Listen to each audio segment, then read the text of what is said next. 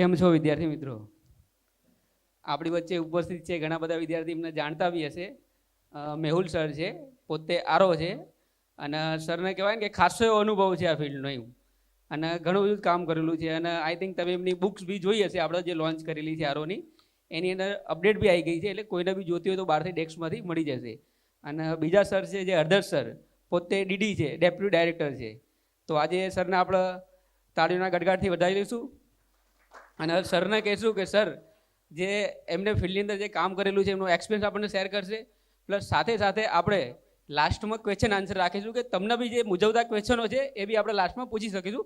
પણ આપણો max two max 11 વાગે, આના પછી આપણને ખબર છે કે બધા ઇન્ટરવ્યૂ આપવા માટે આવેલા છે વાયવા, તો આપણે ઇન્ટરવ્યૂ બી સ્ટાર્ટ કરવાનું છે. તો ટાઈમને સમય ના આપી તો આપણે એ રીતે ઇન્ટરવ્યૂ બી સ્ટાર્ટ કરીશું. તો સરને કહીએ કે સર. એટલે અત્યારે મારી સામે 25 જેવા કેન્ડિડેટ એ બેઠા છે. બધા આરો કેન્ડિડેટ જ છે કે કોઈ ડીડી કેન્ડિડેટ છે? કોઈ ડીડી માટે હોય હમણાં પહેલી, બીજી અને ત્રીજી જે ડિક્લેર થયા છે ડીડીના ઇન્ટરવ્યૂ, એમાં કોઈ નથી ને? બધા આરો માટે જ છે. હવે આરો અને ડીડી આ બે પોસ્ટની જીપીએસસી સીધી ભરતી કરે છે. બે પોસ્ટ માટે એ અધિકારીની પોસ્ટ છે.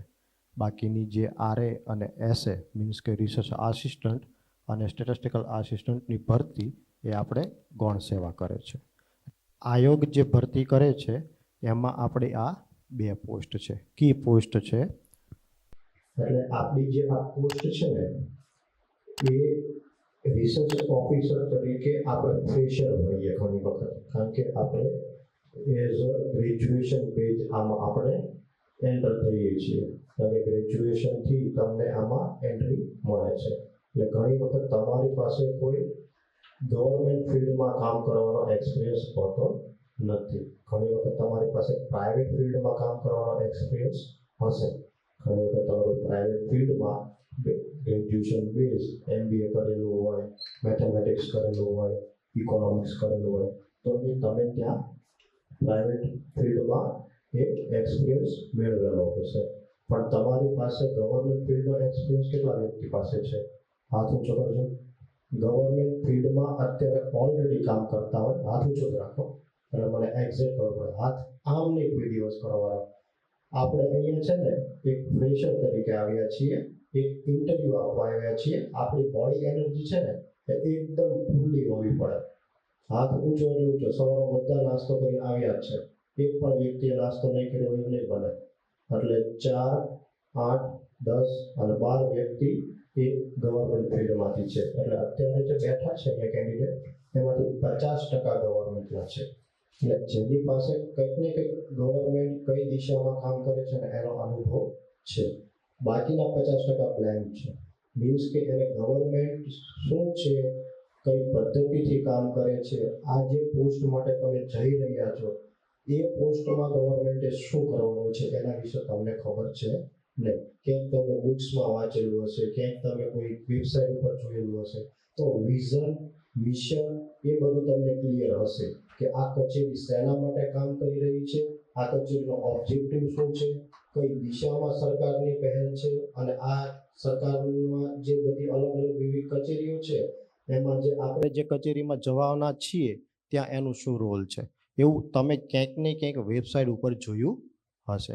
એટલે આજનો આપણો આ સેમિનાર આપણે શરૂ કરીએ એમાં જે પણ આપણે મેક્સિમમ સમય લઈએ એમાં એક પણ આપણે વ્યથા વાત કરવાના છીએ નહીં.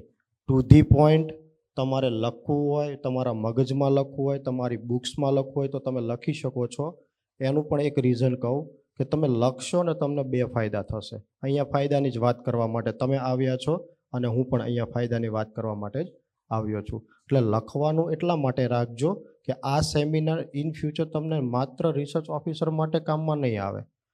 જે પણ તમે ગવર્મેન્ટની તૈયારી કરો છો એના માટે તમને 100% કામમાં આવશે. આ જ વેથી એ તૈયારી થતી હોય છે. અને અહીંથી હું જે તૈયારીનો ફ્લો તમને હું જે કહ્યું એ જ રીતે તૈયારી થાય છે. ઘણી વખત તમે જે તૈયારી કરો છો અને હું આજે અહીંથી તમને જે પ્રોપર કેવી રીતે વેથી તૈયારી કરવી એના વચ્ચેનો ડિફરન્સ એ તમારે શોધવાનો છે. એટલે આજના આપણે આ સેમિનારની શરૂઆત કરીએ તો તમામ જે રિસર્ચ ઓફિસર છે એને હું આ સેમિનારમાં આવકારું છું. તમામ રિસર્ચ ઓફિસરને હું આ સેમિનારમાં આવકારું છું. હવે તમને પ્રશ્ન થાય કે અમે તો હજી ઓલરેડી ફિલ્ડમાં છીએ, રિસર્ચ ઓફિસર તો બન્યા નથી, તો તમે કેમ અમને રિસર્ચ ઓફિસર કહો છો? તો રિસર્ચ ઓફિસર બનવા માટે પહેલાં આપણા મગજમાં આપણે રિસર્ચ ઓફિસર બનેલા હોવા જોઈએ. રિસર્ચ ઓફિસર મીન્સ કે આપણે અધિકારી બનવા માટે પહેલાં આપણા મગજને અધિકારી બનાવવાનું છે. ઇટ મીન્સ કે આપણે આપણું થિંકિંગ એ અધિકારી જેવું કરવાનું છે, નહીં કે કર્મચારી, નહીં કે આપણે ક્લાસ 3ની એક્ઝામમાં જે આપીએ છીએ અને ત્યાં જે ટ્રીટ કરીએ છીએ એક્ઝામને એ રીતે નહીં. આપણે સૌ પ્રથમ એ વસ્તુ કરવાની છે કે આપણું થિંકિંગ, આપણું અમલ આપણા જીવનમાં સવારથી લઈ અને સાંજ સુધી આપણે જે પણ ક્રિયાઓ કરીએ છીએ ને એ બધી એઝ અ ઓફિસર તરીકે કરતા હોઈએ એવી રીતે તમારે કરવાની છે. તમારા અત્યારે બેહવાની જે સ્ટાઇલ છે એ પણ ઓફિસરની જેવી હોવી પડે. અત્યારે મારા અહીંયા કહેવાના મારા શબ્દો પણ એઝ અ ઓફિસર તરીકે નીકળે છે. તો તમારે આમાંથી પહેલું એ શીખવાનું છે કે જે પણ વિચારો, જે પણ કાર્ય કરો, જે પણ વાંચન કરો એ એક અધિકારી તરીકે કરો. તમે અત્યારે જ અધિકારી છો એ રીતે તમારા માઇન્ડને ડેવલપ કરી અને તમારે તમારા તૈયારીના શ્રી ગણેશાય નમઃ કરવાના. બધા તૈયારી તો કરો જ છો. નજીકના ભવિષ્યમાં રિસર્ચ ઓફિસરના ઇન્ટરવ્યૂ પણ આવી જશે. અત્યારે 23/6 સુધીના ઇન્ટરવ્યૂ ડિક્લેર જીપીએસસીએ કરી દીધા છે. એટલે તમારો સ્કોપ અત્યારના 25 દિવસની અંદર હજી તમારી પાસે તૈયારીના દિવસો જ છે. જીપીએસસીની પેટર્ન એવું કહે છે કે જ્યારે પણ ઇન્ટરવ્યૂ ડિક્લેર થાય ત્યારથી લઈ 14 દિવસ પછી તમારું ઇન્ટરવ્યૂ સ્ટાર્ટ થતું હોય છે. એટલે અત્યારે તમારી પાસે 25 દિવસ વત્તા બીજા 14 એડ કરી દો એટલે તમારી પાસે ઓન એન એવરેજ 42 થી 45 દિવસનો સમય હજી છે. હવે આ 45 દિવસમાં તમારે કેવી રીતે થિંકિંગ સ્ટાર્ટ કરવાનું છે એ હું કહું છું. આજે તમે બધા અહીંયા એક આશા લઈને આવ્યા છો. સવારમાં આપણે જાગીએ ત્યારે જીવનની શરૂઆત એક આશાથી કરતા હોઈએ છીએ કે આજે મને આ વસ્તુ મળે. આજે હું ઇન્ટરવ્યૂ આપવા માટે જાઉં છું તો હું ઇન્ટરવ્યૂમાં સારું પરફોર્મન્સ કરી શકું. સાંજ પડે અને આપણો દિવસ પૂરો થાય ત્યારે આપણે એક અપેક્ષા સાથે એને પૂર્ણ વિરામ મૂકતા હોઈએ છીએ. દિવસના શરૂઆત આપણે એક આશાના કિરણ સાથે કરતા હોઈએ છીએ. સાંજ આપણે એક અપેક્ષા સાથે ત્યાં પૂર્ણ વિરામ મૂકતા હોઈએ છીએ અને પછી આપણે એમાં વિચારતા હોઈએ છીએ કે સવારે મેં જે થિંકિંગ કર્યું હતું એ હવે સાંજ પડે ત્યારે પૂરું થયું. મેં જે એક વિચાર કરેલો, મેં જે એક આશા રાખેલી, મેં જે એક ઓપોર્ચ્યુનિટી જે મને મળવા માટે ઉપર મેં જે કાર્ય કરેલું આખા દિવસ દરમિયાન એમાં સાંજ પડે તો મારી એ અપેક્ષા, મારી એ આશાઓ પૂરી થઈ. આપણે એ વિચારવાનું છે. સવારે તમે જે પણ વસ્તુનો કોન્સેપ્ટ લઈને બેસો, મીન્સ કે તમે જે પણ એક વિચાર સાથે દિવસની શરૂઆત કરો એ સાંજે પૂરો થાય ને એવું કાર્ય આખા દિવસ દરમિયાન તમારે કરવાનું છે. આને જ આપણે તક કહીએ છીએ, ઓપોર્ચ્યુનિટી કહીએ છીએ કે સવારે તમે જાગો છો ત્યારથી લઈ જે તૈયારી તમારા એક અધિકારી બનવા તરીકે તમે જે કરો છો અને સાંજે તમે જે દિવસ પૂરો થાય અને તમારી તૈયારીને પૂર્ણ વિરામ મૂકો છો એની વચ્ચે જે તમે ડેડિકેશન આપ્યું, તમે જે ઓપોર્ચ્યુનિટીને તક આપી સફળતા પૂરી કરવા માટે, તો એ જ વસ્તુ એ આપણી ઓપોર્ચ્યુનિટી થતી હોય છે. એટલે એક વસ્તુ યાદ રાખો કે સવારે જાગીને એક નાનો ગોલ તૈયાર કરો કે આજના દિવસે આટલું આપણે તૈયાર કરવું છે. સાંજ પૂરી થાય ત્યારે તમે એ લખેલા તમારા જે 4 કે 5 કે 3 જે મુદ્દાઓ છે એની સામે તમે આત્મમંથન કરો કે સાંજ પડી કેટલા મુદ્દાઓ પૂરા કરી શક્યો, કેવી રીતે પૂરા કરી શક્યો, ખરેખર પૂરા થયા કે ઉપર છલા જ પૂરા કર્યા, પ્રેશરના લીધે પૂરા કર્યા કે ખરેખર હૃદયથી મેં આમાં આ મુદ્દા માટે તૈયારી કરી. એ વિચારી આત્મમંથન કરી અને એની સામે ટીક માર્ક મારો. જે પણ વસ્તુ કરો છો એ તમારા આખા દિવસના મીન્સ કે આ 45 દિવસને એક નાના નાના ટુકડામાં ડિવાઈડ કરી દો. ખ્યાલ આવ્યો? તૈયારી તમારી પાસે છે, મુદ્દાઓ તમારી પાસે છે, આ બુકલેટ આખી બધા પાસે છે, આ બુકલેટ બધા પાસે છે. આ બુકલેટની અંદર મેં જેટલું પણ આપણા આ કેડર વિશે કવર કરવાનો જે પ્રયત્ન કરેલો છે, જેટલું પણ થતું હતું એટલું. ઘણી વખત આમાં હજી પણ એવી બાબતો હોઈ શકે, અત્યારે રિસન્ટલી ઇકોનોમિક એવા ટોપિક હોઈ શકે જે આમાં કવર ના થયા હોય, કોઈ નવા ઇકોનોમિક એવા પ્રોબ્લેમ જન્મ લે કે જે પણ આમાં કવર ના થયા હોય. એટલે આપણે આની સાથે સાથે બીજું પણ કરવાનું છે. માત્ર આ બુક આપણને એકેડમીએ આપી દીધી કે ઇન્સ્ટિટ્યૂટે આપણને આ બુક આપી દીધી એટલે હું આ વાંચી અને ઇન્ટરવ્યૂ આપી આવું એવું નહીં. તમારું પોતાનું ઇનોવેશન હોવું જોઈએ. આ મારું જેવી રીતે ઇનોવેશન છે એ રીતે તમારે તમારું ઇનોવેશન હોવું જોઈએ. તો એના માટે તમે શું કરી શકો? તો હવે આપણા દરેક મુદ્દાઓ સ્ટાર્ટ થાય છે કે આપણે કેવી રીતે વાંચન કરવાનું છે, કેવી રીતે આપણે લખાણ કરવાનું છે. કેટલા વ્યક્તિને વાંચતી વખતે લખવાની ટેવ છે? હાથ ઊંચો કરજો. વાંચતી વખતે લખવાની ટેવ હોય 1 2 3 4 5 6 7 8 વ્યક્તિ છે. અહીંયા બેઠેલા 25માંથી 8 વ્યક્તિ પોતે વાંચતી વખતે લખે છે.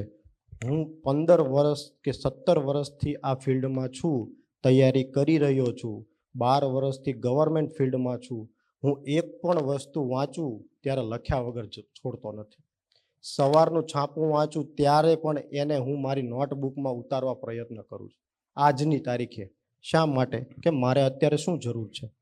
હું અત્યારે એઝ અ અધિકારી છું જ, ડેપ્યુટી ડાયરેક્ટરમાં પણ હું એલિજિબલ છું અને ત્યાં પણ હું ઇન્ટરવ્યૂ આપવાનો છું. તો હું એના માટે લખું છું? નહીં. હું દરરોજની અપડેટ એ મારા મગજમાં રહે અને એક અત્યારના ફ્લો સાથે હું મારું જીવન કાઢું એના માટે લખું છું. લખવાનું કારણ એ છે કે તમે લખેલું તમારું મૌલિક એ તમારી નોટબુકમાં તમને ખબર હશે. આજે મેં વસ્તુ આ મારા વિચાર મંથનથી જે આ તૈયાર કરી છે તો એ મને જ ખબર હોય કે મેં આ કયા પરિપ્રેક્ષથી આ પ્રશ્નનો જવાબ તૈયાર કર્યો છે. ખ્યાલ આવ્યો? એટલે પહેલી વસ્તુ આપણી તૈયારી માટે છે કે લખવાનું રાખો. જે વ્યક્તિને લખવાનું કંટાળો આવતો હોય તો એના માટે ઓપોર્ચ્યુનિટી 75% થઈ જશે. એનું કારણ હું તમને કહું. તમારે જે તમારું લખાણ જે છે એ ફરજિયાત કરવાનું છે. ફરજિયાત એટલા માટે કહું છું કે આખું ન્યૂઝપેપર પૂરું કરતી વખતે તમને એ વસ્તુનો ખ્યાલ નહીં આવે કે આમાં પરીક્ષાલક્ષી કેટલી વસ્તુઓ છે, ઇન્ટરવ્યૂ આસ્પેક્ટથી કેટલા મુદ્દાઓ છે. એ તમે આખું પેપર પૂરું કરી દો ને તો પણ તમને ખબર ન પડે. આપણો પેપર વાંચવાનો કોન્સેપ્ટ કેવો હોય? આપણે જે વસ્તુ ગમતી હોય ને સીધું એ જ પેજ ખુલે. સ્પોટ ગમતું હોય તો સીધું સ્પોટનું પેજ ખુલે. ખ્યાલ આવે છે? એટલે જ્યારે ફર્સ્ટ પેજથી શરૂઆત કરવી, કોઈ દિવસ પેપરને સીધું ઉલટાવી ના નાખવું. પહેલું તમારે કામ કરવાનું છે કે 2 પેપર દરરોજના પૂરા કરવાના છે. કેટલા? 2 ન્યૂઝપેપર. ગુજરાતી પૈકી 1 અને 1 ઇંગ્લિશ. 2 તમારા ન્યૂઝપેપર તમારે પૂરા કરવાનો ટાર્ગેટ રાખવાનો છે. એક સવારે કરો, એક દિવસ દરમિયાન જ્યારે તમારી તૈયારીમાંથી તમને એમ થાય કે મને હવે કંટાળો આવે છે ત્યારે તમે ન્યૂઝપેપર હાથમાં લ્યો. સવારે અંગ્રેજી ન્યૂઝપેપર કરવાનો પ્રયત્ન કરો. બપોર પછી કે જ્યારે તમે ફ્રી પડો છો ત્યારે ગુજરાતી ન્યૂઝપેપર કરવાનો પ્રયત્ન કરો. હવે આના ફાયદા હું તમને કહું કે 2 ન્યૂઝપેપર વાંચવાથી શું થાય.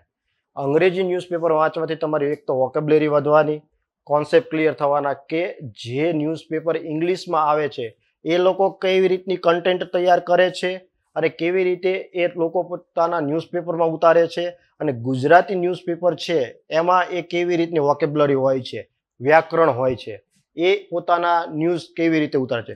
ન્યૂઝપેપર ઘણા બધા હોય છે પણ અમુક ન્યૂઝ એ પ્રકારના હોય કે તમને વાંચવા ગમે. ધારો કે દિવ્ય ભાસ્કર છે, સંદેશ છે, ગુજરાત છે, એ પૈકી તમે કોઈ પણ સિલેક્શન કરો પણ એમાં જે મુદ્દાઓની છણાવટ જે આવતી હોય ને એ એવી રીતે તૈયાર કરેલી હોય છે કે એમાં આખા મુદ્દાનો હાર્દ પણ આવી જતો હોય છે. એટલે પહેલી ટેવ તમારે આ રિસર્ચ ઓફિસરમાં પાસ થવું હોય તો આપણે ઇકોનોમિક્સ, સ્ટેટિસ્ટિક્સ અને મેથેમેટિક્સ આ ત્રણેય સબ્જેક્ટની લોટ્સ ઓફ મુદ્દાઓ એ ન્યૂઝપેપરમાં આવતા હોય છે. ઘણા બધા ન્યૂઝપેપરના title economic India, economics Times, the Times of India, economic સબ્જેક્ટને રિલેટેડ જ એના ન્યૂઝનું ટાઇટલ છે, એના ન્યૂઝપેપરનું ટાઇટલ છે. એટલે એનો મતલબ એવો થયો કે આપણે ઇકોનોમિક સબ્જેક્ટ જેને છે એ તો ઇકોનોમિક્સ વાંચવાનો જ છે, પણ જે લોકો સ્ટેટિસ્ટિક્સ અને મેથેમેટિક્સ સાથે પાસ થયા છે એને ઇકોનોમિક્સ ક્યાંથી મેળવવું? કારણ કે તમે 11 અને 12ની બુક્સ વાંચો તો તમને ઇકોનોમિક્સના ફંડામેન્ટલ ખબર પડશે, વ્યાખ્યાઓ ખબર પડશે, એક થિયરી ખબર પડશે. પણ જે પ્રેક્ટિકલ જીવનમાં, પ્રેક્ટિકલ દુનિયામાં જે વસ્તુ થઈ રહી છે એ આ જે ફંડામેન્ટલના આધારે, આ થિયરીના આધારે એ જે મુદ્દાઓ છે એ તો તમને ન્યૂઝપેપરમાંથી જ ખબર પડશે. ન્યૂઝપેપરનું કટિંગ આખું રાખી મૂકો તમારી પાસે. અત્યારે બધા જ ડિજિટલ પેપર તમારી પાસે ઉપલબ્ધ છે. દરરોજ સવારે ટેલિગ્રામ ખોલો, દરરોજ સવારે પેપર ખોલો, ત્યારે એમાંથી જે વસ્તુ તમને સારી લાગે કે આ મને ભવિષ્યમાં ઉપયોગ થશે એનું કટિંગ તમારા ફોનમાં, લેપટોપમાં, તમારા જ્યાં પણ તમને લાગે ત્યાં એને સાચવી રાખો. એક તો એને લખો પહેલા, પછી બીજું એને સાચવો. એનું કારણ છે કે એક તો લખેલું તમારા ઇન્ટરવ્યુ વખતે રિકોલ કરવા માટે કામ લાગશે.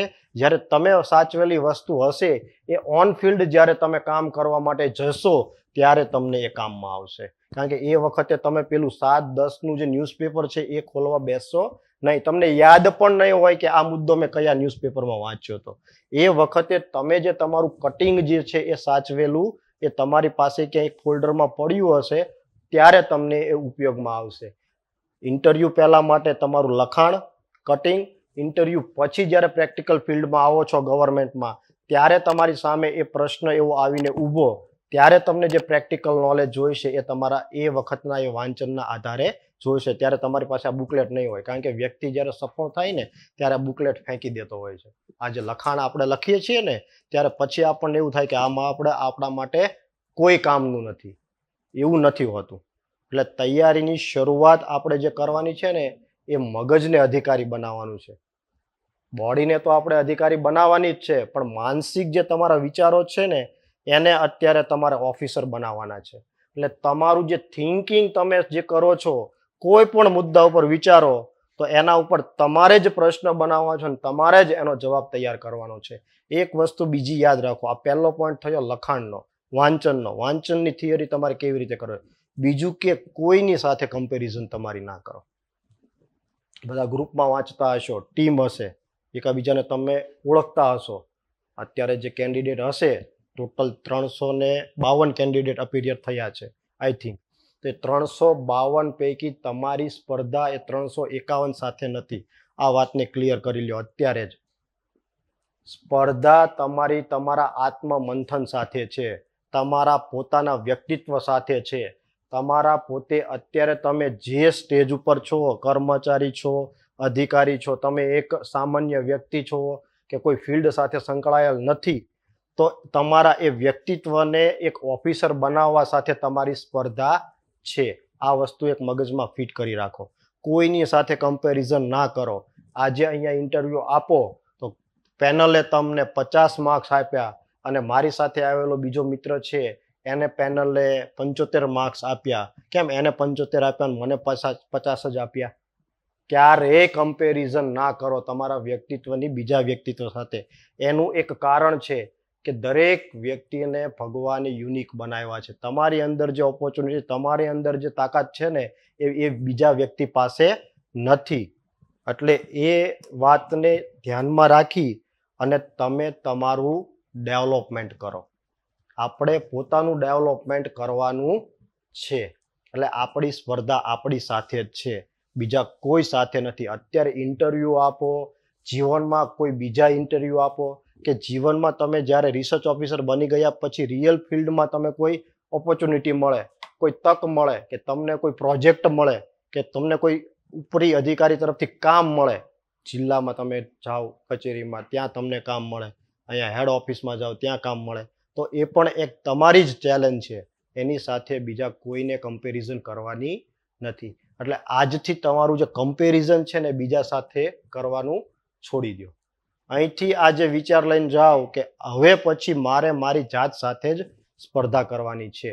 અત્યારે હું એક આ લેવલે છું, દરેકને ખબર જ હોય કે મારું લેવલ અત્યારે ક્યાં છે, હું એક કયા સ્થાને છું અને મારે હવે પછી હજી કેટલી પ્રગતિ કરવાની છે. બસ દિશા આપવાવાળા હોય એ એકેડમી હોય. તમે અહીંયા શા માટે આવ્યા છો કે તમારું વિઝન ધૂંધળું છે. અત્યારે તમને ખબર નથી કે મારે ક્યાંથી શરૂઆત કરવી ને ક્યાં પૂર્ણ વિરામ કરવું. એના માટે તમે તમારા વિઝન અને મિશનને ક્લિયર કરવા માટે અહીંયા અત્યારે આજે આવ્યા છો. બીજું કે તમારામાં અત્યારે લેસ કોન્ફિડન્સ હશે, સેલ્ફ કોન્ફિડન્સ થોડો ઓછો હશે કે જેથી કરીને હું પેનલને ફેસ કરું તો એ જ પેનલને ફેસ કરવાનું જ્યારે મારે જીપીએસસીમાં થાય ત્યારે મારી પાસે પોતાનો આત્મવિશ્વાસ એ 100% સુધી પહોંચે. લગભગ તો આપણો આત્મવિશ્વાસ ક્યારેય 100% નથી થતો, પણ એક અત્યારે આપણે જે લેવલે આજે અહીંયા આવ્યા છીએ એમાંથી શીખી વિચારી અને એમાંથી તમારે પોતાની પ્રગતિ કરી અને એક આ 45 દિવસનો જે તમને સમય અત્યારે મળ્યો છે આજથી લઈ, તો એની અંદર તમારે એ 45 દિવસે એક લેવલ સુધી પહોંચવાનો ટાર્ગેટ આજે નક્કી કરીને જજો. ઇન્ટરવ્યૂ ખરાબ જશે આજે, સારું જશે એનો વિચાર ના કરતા. હું અહીંયા ઇન્ટરવ્યૂ આપવા માટે આવ્યો છું, આજના દિવસે મારું ઇન્ટરવ્યૂ ખરાબ ગયું, અગાઉ પણ 2 આપ્યા તો એ સારા ગયા, પણ આજે ત્રીજું આપ્યું એ ખરાબ ગયું, એવું તમારે વિચારવાનો કોઈ પણ અવકાશ છે નહીં. આ વસ્તુ એક ક્લિયર કરી લો. શરૂઆત ક્યાંથી કરવી વાંચનની? તો સૌથી પહેલા તમે જે કેડરમાં જવાના છો એ કેડરની જે પોસ્ટ છે એ પોસ્ટ વિશે જાણો કે એ પોસ્ટનું ખરેખર નામકરણ જે કરવામાં આવ્યું છે એ શેના આધારે કર્યું છે. રિસર્ચ ઓફિસર કેમ એને કોઈ બીજું નામ ન આપવામાં આવ્યું? સેક્શન ઓફિસર કેમ ન આપવામાં આવ્યું? તો રિસર્ચ ઓફિસર ઇટ મીન્સ કે સાયન્સ સાથે સંકળાયેલી ફિલ્ડમાં તમે એઝ અ ટેકનિકલ ઓફિસર તરીકે કામ કરવા જઈ રહ્યા છો. એટલા માટે એક રિસર્ચ ઓફિસરની પોસ્ટ જે ગવર્મેન્ટમાં ટેકનિકલ જગ્યાએ છે, તો પહેલાં તમે એનું આખું બેકગ્રાઉન્ડ જોઈ લો કે ગવર્મેન્ટમાં રિસર્ચ ઓફિસર કેટલા હોય, કઈ કચેરીમાં હોય, જે કચેરીમાં છે એ કચેરી શું કામ કરે. કચેરીનો ઓબ્જેક્ટિવ એ બ્રોડ હોય, તો એની સાથે સાથે પેલા રિસર્ચ ઓફિસરનું જે કામ છે ને એ થોડું ઓછું હોય. તો તમે સૌ પ્રથમ જે કચેરી છે એને જાણવાનો પ્રયત્ન કરો. હવે તમને એમ થાય કેટલી કચેરીઓ ગુજરાતમાં, ભારતમાં કે જે આંકડા શાસ્ત્ર સાથે સંકળાયેલી છે, અર્થશાસ્ત્ર સાથે સંકળાયેલી છે અને મેથેમેટિક્સ સાથે સંકળાયેલી છે? મને નથી ખબર, તો હું ક્યાંથી આ પહેલા તો સૌથી ઉપરથી લઈ અને નીચે બોટમ સુધી આવો. કારણ કે તમે નીચેના બોટમથી જશો ને તો તમને કોઈ પણ આઈડિયા આવશે નહીં કે ગ્રાસરૂટ લેવલ ગ્રામ્ય કક્ષાએ રિસર્ચ ઓફિસરનું શું કામ છે એવું તમે ગોતવા જઈશું તો તમે ક્યાંય મળશે નહીં. એટલે એક ઉપરની જે સંસ્થા છે ને કેન્દ્ર સરકારની, ત્યાંથી શરૂઆત કરો. તો કેન્દ્ર સરકારમાં આપણું મંત્રાલય, તો આપણું મંત્રાલય છે MoSPI, ministry of statistics and programme implementation. ગુજરાતીમાં આપણે એને કહીએ છીએ આંકડા અને યોજના અમલીકરણ મંત્રાલય. આ મંત્રાલય આપણું નોડલ મંત્રાલય છે. એટલે એ જે કામગીરી કરે છે ને પહેલા તમે એને ટાર્ગેટ કરો, એને જાણો. પછી એથી રાજ્ય કક્ષાએ આવો. રાજ્ય કક્ષાએ આપણો ડિપાર્ટમેન્ટ કયો છે? તો આપણને લાગે છે જનરલ એડમિનિસ્ટ્રેશન ડિપાર્ટમેન્ટ, સામાન્ય વહીવટ વિભાગ. હવે આ સામાન્ય વહીવટ વિભાગ શું છે એને જાણવાનો પ્રયત્ન કરો. એ આપણે આ બુક્સમાં લખેલું જ છે. વધારે ડિટેલ જોઈતી હોય તો તમારે વેબસાઇટને ફોલો કરવાની, વેબસાઇટને તમારે રિફર કરવાની. ખ્યાલ આવે છે આખી વાત? વે ટુ વે જાઓ, દરરોજ દિવસના નાના નાના ટાર્ગેટ તૈયાર કરો. આજ દિવસે આ કરવું છે, આ દિવસે આ કરવું છે. 45 દિવસની અંદર તમારા 40 દિવસના ટાર્ગેટ હશે. છેલ્લા 5 દિવસ તમારા રિવિઝન માટેના હશે, રિકોલ કરવા માટેના હશે. તમે જે વસ્તુ અત્યારે લખો છો એને લાસ્ટ 5 દિવસમાં તમારે રિકોલ કરવાના છે. આ ટાર્ગેટથી અત્યારે તમારે ચાલવાનું છે. 40 દિવસમાં સર આટલું બધું ના થાય, કોઈને એવો પ્રશ્ન થાય. અત્યારે કોઈ બ્લેન્ક મગજ છે, કોઈ બ્લેન્ક મગજ લઈને આવ્યું છે તો એને એમ થાય કે સર આટલું બધું તો 40 દિવસમાં પોસિબલ નથી. જીવનમાં કોઈ પણ વસ્તુ અશક્ય નથી. 40 દિવસ હોય કે 4 દિવસ હોય, નક્કી આપણે કરવાનું છે કે શરૂઆત ક્યાંથી કરવી. ઘણી વખત આપણે એવી કોઈ એકેડમીની કે કોઈ એવી સંસ્થાની બુકલેટ સીધી પકડી લઈએ અને પછી એ પાના આપણે ફેરવી અને વાંચવા લાગીએ, પણ ઘણી વખત એ તથ્ય વગરનું હોય. લખાણ બહુ સરસ લખેલું હોય, ખ્યાલ આવે છે? લખાણ બહુ સરસ લખેલું હોય પણ એ તમારા ફિલ્ડ સાથે સંકળાયેલું ન પણ હોય. તો તમારે એ નક્કી કરવાનું છે કે મારી ફિલ્ડ સાથે સંકળાયેલું મટીરિયલ કયું છે અને મારે શું વાંચવું. પહેલાં તો એ વિવેક બુદ્ધિ તો હવે તમારામાં હોવી જોઈએ કે મારે શું વાંચવું અને શું ન વાંચવું, કઈ એકેડમીમાં મારે જવું, કે એટલે મીન્સ કે કયા અધિકારીને પૂછવું, તમારા માટે અમે બેઠા જ છીએ ઓલવેઝ. જ્યાં સુધી તમારું ઇન્ટરવ્યુ ના થાય ને ત્યાં સુધી તમે એની ટાઈમ મને અથવા સરને ગમે ત્યારે એની ટાઈમ ગમે તે પૂછી શકો છો, ગમે ત્યારે ગમે તે ફોન કરી શકો છો. એનું કારણ છે કે તમે ક્યાંક અટવાય ને, અર્જુન અટવાયેલો મહાભારતમાં તો એને દિશા દેવાવાળા શ્રી કૃષ્ણ હતા, પણ શ્રી કૃષ્ણે પોતે જાતે એવું ન કીધું હતું કે લાવ અર્જુન, લાવ તારું ગાંડી અને લાવ તારું તીર, એ લાવ હું તને યુદ્ધ જીતાડી દઉં. એ પોસિબલ નથી. તમને માર્ગદર્શન કરવા માટે અહીંયા સર છે, હું છું, કે આ એકેડમી છે, કે તમારા બીજા મિત્રો છે, કે તમે બીજા કોઈ વ્યક્તિ પાસે માર્ગદર્શન લીધું હશે, તમે જે તમારા વ્યક્તિને આદર્શ માનતા હશો એની પાસે માર્ગદર્શન લેવા જશો તો એ વ્યક્તિ તમને રાહ ચીનશે, આંગળી ચીનશે. પણ કાર્ય પૂરું કોને કરવાનું છે? તમારે કરવાનું છે. એટલે એક વસ્તુ યાદ રાખો કે જે પણ વસ્તુ કરો એવી રીતે કરો. માર્ગદર્શન દરેક વ્યક્તિનું લો, પણ છેલ્લે તમારે ડિસિઝન કયું કરવાનું છે કે આજે મારે શું કરવું છે, એ ડિસિઝન તો તમારે જ લેવાનું છે. હું તમને આખું ટાઈમ ટેબલ આખા દિવસનું બનાવી આપીશ અને તમે વાંચશો ને એ પ્રમાણે ફોલો કરશો ને તો તમે સક્સેસ નહીં થાવ. કેમ કે તમારી આખી વર્તણૂક અલગ છે, તમારી તાકાત શું છે, તમારી નબળાઈ શું છે તમને જ ખબર છે. જ્યારે હું તમારા વ્યક્તિત્વને આંકવા બેસું ને ત્યારે હું એમાં એ તમને પ્રોપર પ્લાનિંગ કરીને આપી ના શકું, પણ હા હું તમને માર્ગદર્શન જરૂર આપી શકું. એ માર્ગદર્શનના આધારે તમે તમારે પ્લાનિંગ તમારે તૈયાર કરવાનું છે. ખ્યાલ આવે છે? ક્લિયર? એટલે સૌ પ્રથમ તમે જે કચેરીમાં જવાનો છો એને ટાર્ગેટ કરો, વિભાગમાં જવાનો છે એ વિભાગને ટાર્ગેટ કરો, એ વિભાગના અંતર્ગત આવતી જેટલી પણ કચેરીઓ છે એને ટાર્ગેટ કરો. કારણ કે રિસર્ચ ઓફિસરની પોસ્ટ ઓન એન એવરેજ 30 જેવી કચેરીઓમાં હોય છે. એમાં મુખ્ય કચેરી કઈ છે અને એની સાથે સંકળાયેલ કચેરીઓ કઈ છે એને આઈડેન્ટિફિકેશન કરો. એ બધી જ માહિતી આપણે આ બુકલેટમાં આપેલી છે અને આપણી વેબસાઇટ પર અવેલેબલ છે. તમને એવું વસ્તુ થાય કે આ રિસર્ચ ઓફિસરની કામગીરી કયા વિભાગમાં આની પોસ્ટ છે એ ક્યાંથી આપણને ખબર હોય? દરેક ઓફિસ એ પોતે પોતાનો વાર્ષિક વહીવટી અહેવાલ બહાર પાડતી હોય, એ વાર્ષિક વહીવટી અહેવાલ એમાંથી લેવાનો, ત્યાં તમને બધી જ વસ્તુ મળી જાય. ખ્યાલ આવે છે? એટલે ક્યાંથી શું લેવું અને શું વાંચવું ને તમારે નક્કી કરવાનું છે. હવે તમે એક વખત આખા સરકારના જે કામગીરી કરવાના માળખાથી પરિચિત થઈ ગયા પછી શું કરવું? તો અત્યારે રિસન્ટલી જે બધી ઇકોનોમિક એક્ટિવિટીઓ થાય છે, ધારો કે આપણે અહીંયા ભારતમાં અત્યારે G20 છે, તો G20 ની બેઝિક માહિતી તો તમારે કરવાની જ છે, પણ G20 થી ઇકોનોમીને શું ફાયદો થવાનો છે આ તમારો પ્રશ્ન કે તમારા માઇન્ડમાં આ થવું જોઈએ કે મને ત્યાં આ જ પ્રશ્ન પૂછવાના છે. જે પણ તૈયારી કરો, જે પણ પ્રશ્ન તૈયાર કરો, તમારી જાતે જ પ્રશ્ન તૈયાર કરો. પેપરમાંથી વાંચો છો ત્યાંથી પ્રશ્ન તૈયાર કરો. તમે કોઈ કુતૂહલથી જોવો છો પોસ્ટર, સરકારનું કોઈ યોજનાનું પોસ્ટર જોવો છો તો એ ત્યાંથી તૈયાર કરો. તમને જ્યાંથી જે પણ જગ્યાએથી પ્રશ્નોનો ઉદ્ભવ થાય ને એ તૈયાર કરો અને પછી તમારી જાતે એક વખત જવાબ બનાવવાનો પ્રયત્ન કરો અને એ જવાબ કોઈ બીજી વ્યક્તિને બતાવો કે મેં આ જવાબ મારી મૌલિકતાથી તૈયાર કરેલો છે, તમે એક વખત આમાં તમારા ઇનપુટ્સ મને આપો અને એક આ જવાબને આઈડિયલ બનાવી આપો. ખ્યાલ આવે છે?